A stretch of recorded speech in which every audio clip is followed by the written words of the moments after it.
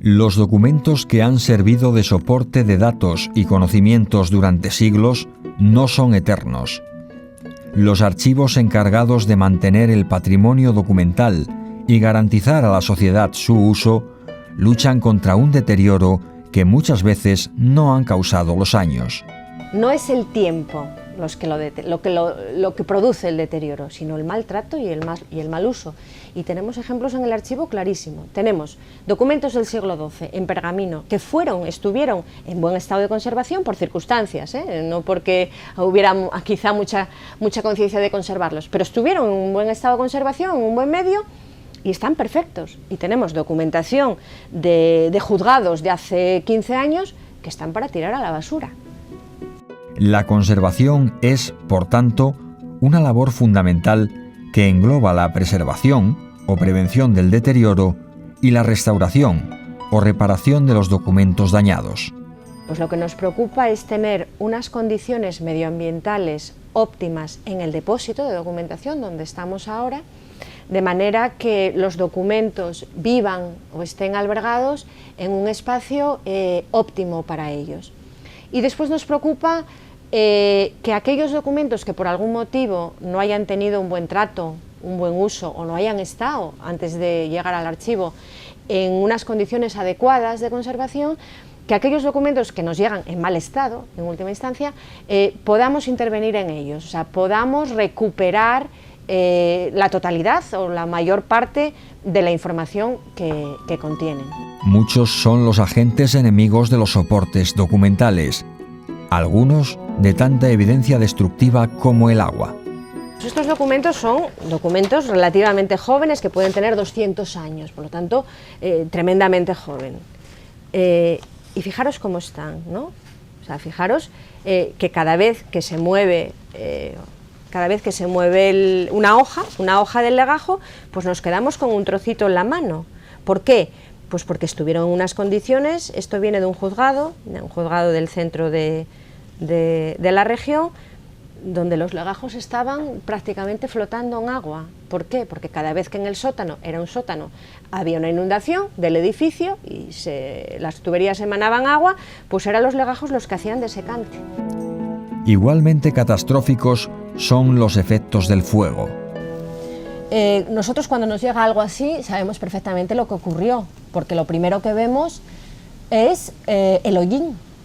Toda esta mancha, este polvillo que está depositado o adherido al propio soporte, proviene del hollín del incendio. Si cuando se está desarrollando el fuego se viene con agua, se tira agua encima de la documentación para apagar el fuego, no con el fin casi nunca de salvar los papeles, sino de salvar lógicamente el inmueble, lo que se produce es un efecto de una temperatura muy alta y de repente esa temperatura baja, lo que hace es que las partículas que componen el papel, que forman el papel, y estamos hablando de un papel siempre anterior a 1850, 1860, es decir, un papel manual, no industrial, no un papel hecho con celulosa, sino un papel hecho con trapo, y queda un bloque compacto, rígido, con una dureza absolutamente impresionante. Los roedores, los insectos, las bacterias y hasta la luz pueden causar estragos en el patrimonio documental. Cuando el contenido informativo o el valor histórico del soporte lo merecen, se aplican las técnicas de restauración. Una labor minuciosa, en muchos casos artesana, que resucita el aspecto y la funcionalidad de los documentos. El Archivo Histórico de Asturias cuenta para ello con el cultivado talento y buen hacer de las religiosas del monasterio benedictino de San Pelayo. Este es un documento que estaba en un estado parecido a lo que vimos, más o menos, y que después de pasar por el taller, independientemente de la envoltura externa de la encuadernación, que es una encuadernación hecha ahora, al gusto de la época, pero hecha ahora, lo que es el papel, o sea, ¿veis cómo está? O sea, podemos ver, antes que vimos cómo es el deterioro, podemos ver que todas estas partes blancas faltaba el soporte. El documento está desinfectado, desinsectado, cada hoja se lava de manera individual, previamente a lavarlo se lava en unos baños de agua con jabón hay que fijar la tinta y después a cada hoja se le da un tratamiento, una laminación. O sea, por explicarlo muy gráficamente, sería como si encapsuláramos, como si plastificáramos el documento, que no tiene nada que ver, es por poner un símil, ¿no? Pero es lo que después da la consistencia a cada documento de hoja. Estas técnicas de resultado milagroso permiten frenar el deterioro de volúmenes tan preciados como el primer libro de la histórica Junta General del Principado. El primer libro de actas es un libro del año 1594.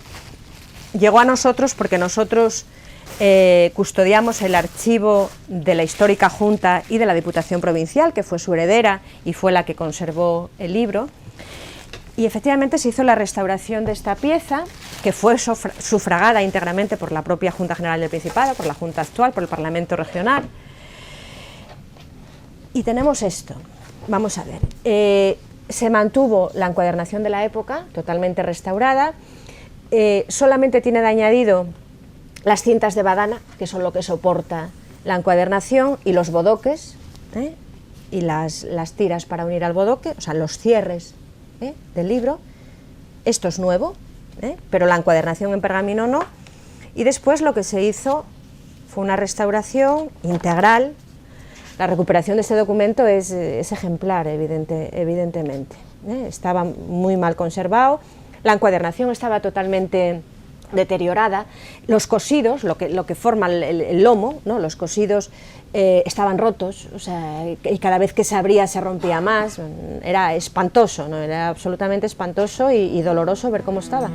Cuando el soporte documental no es el papel, sino el pergamino, las intervenciones de las restauradoras se convierten en auténtica cirugía.